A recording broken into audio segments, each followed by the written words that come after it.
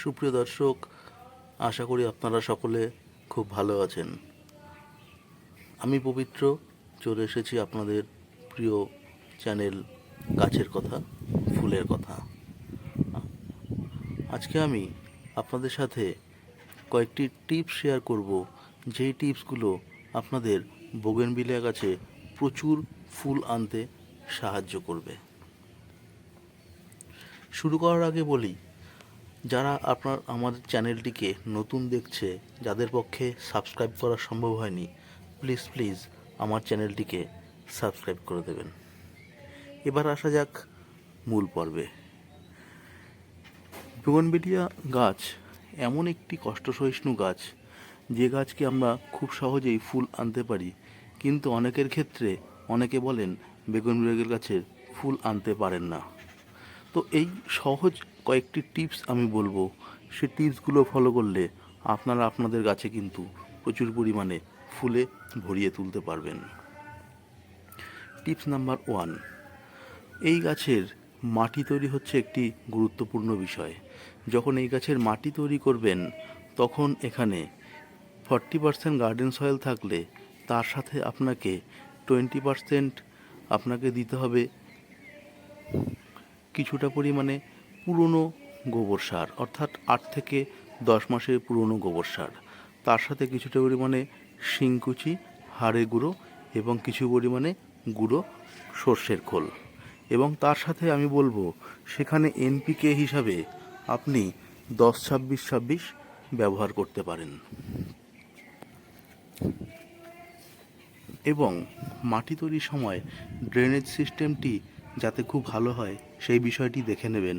অর্থাৎ জল নিকাশি ব্যবস্থা এমন হবে যাতে তার জল দাঁড়িয়ে না থাকে। অর্থাৎ এই গাছে কিন্তু জল অতিরিক্ত হলে কিন্তু তার ফুল আসবে না। সেই জন্য সেই মাটিতে এমনভাবে মাটি তৈরি করবেন যাতে কিছু পরিমাণে বালির ভাগও মিশ্রিত থাকে। এবার টিপস নাম্বার 2তে বলবো, আপনারা এই গাছকে কখনোই নাইট্রোজেন জাতীয় খাবার বেশি পরিমাণে দেবেন না। অর্থাৎ নাইট্রোজেন জাতীয় খাবার বেশি হলে তাতে পাতার পরিমাণ বেড়ে যাবে এবং তাতে কিন্তু ফুলের পরিমাণ কমে আসবে। সেই জন্য বন্ধু, পাতার পরিমাণ যাতে বেড়ে না যায়, সেই জন্য নাইট্রোজেন জাতীয় খাবার বেশি দেওয়া যাবে না। এবং নাইট্রোজেন জাতীয় খাবার হলে যদি আপনি দেখেন আপনার কোনো গাছে পাতা বেড়ে গেছে, তাহলে পাতাকে কাঁচি দিয়ে বা হাত দিয়ে এইভাবে বড় পাতাগুলোকে কেটে ফেললে তাতে গাছের কিন্তু গ্রোথ কমবে এবং সেই গাছের পাতার পরিমাণ কমে গেলে কিন্তু তাতে গাছে ফুল আসার সম্ভাবনা বেড়ে যাবে। অর্থাৎ এই পাতাগুলোকে আপনাকে এভাবে কেটে ফেলতে হবে।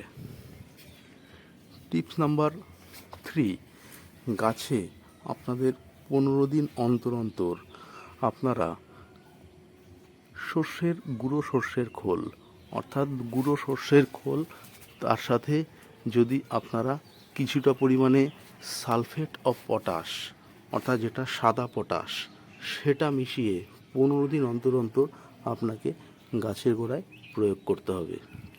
তাহলে কিন্তু আপনারা সে গাছে ফুল আসার সম্ভাবনা বেড়ে যাবে। টিপস নাম্বার 5 বলবো, মূলত এই গাছকে এমনভাবে আপনাকে পরিচর্যা করতে হবে, অর্থাৎ পুরো সানলাইটে রাখতে হবে। অর্থাৎ গাছের পাতা যতক্ষণ আপনার নুয়ে না পড়ছে ততক্ষণ কিন্তু এই গাছে জল দেওয়া যাবে না। অর্থাৎ গাছের পাতা ঝরিয়ে ফেললেই কিন্তু আপনার গাছে ফুল চলে আসবে। কিন্তু এই বিষয়টি খেয়াল রাখতে হবে, যখন গাছে ফুল চলে আসবে তখন কিন্তু বন্ধু গাছে জলের পরিমাণ সঠিক রাখতে হবে, অতিরিক্ত নয়, না হলে জল কম হলে কিন্তু ফুল ঝরে যাবে। টিপস নাম্বার 6 বলবো, এই গাছকে আপনারা আপনাদের 0050 সালফেট অফ পটাশ সুন্দরভাবে স্প্রে করতে হবে পরন্ত বিকেলে। 1 লিটার জলে আপনারা হাফ চামচ পরিমাণ 0050 মিশিয়ে স্প্রে করলে আপনারা কিন্তু গাছে ফুলের পরিমাণ বেড়ে যাবে।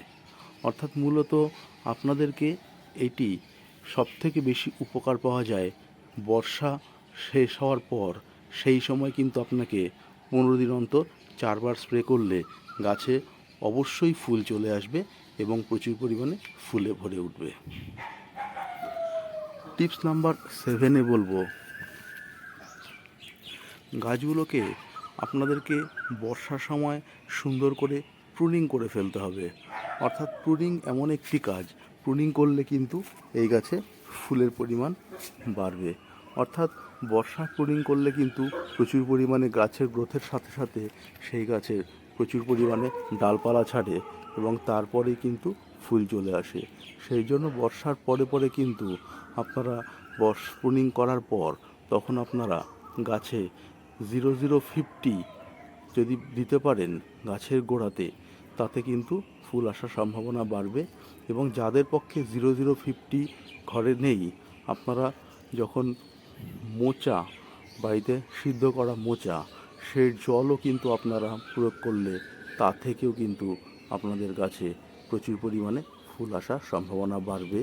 এবং কলার খোসা, যে কলা খেয়ে যে আমরা খোসা ফেলে দিই, সেই খোসাও কিন্তু আমরা যদি গাছের গোড়ায় প্রয়োগ করি, সেটা খোসা গুঁড়ো করে দিতে পারি, বা গাছের খোসাকে জলের সাথে ভিজিয়েও সেই জল প্রয়োগ করলেও কিন্তু গাছে প্রচুর পরিমাণে ফুলের সম্ভাবনা বাড়বে।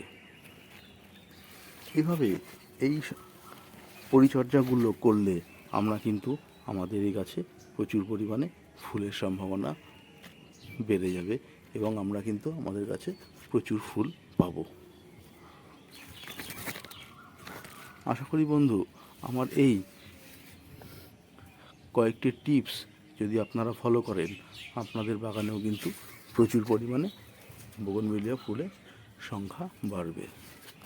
অসংখ্য ধন্যবাদ বন্ধু সঙ্গে থাকার জন্য। যদি আমার চ্যানেলটিকে ভালো লাগে, প্লিজ আরেকবার পড়ছি, প্লিজ লাইক করবেন, কমেন্ট করবেন এবং সাবস্ক্রাইব করবেন। ভালো থাকবেন বন্ধু, শুভকামনা নিরন্তর।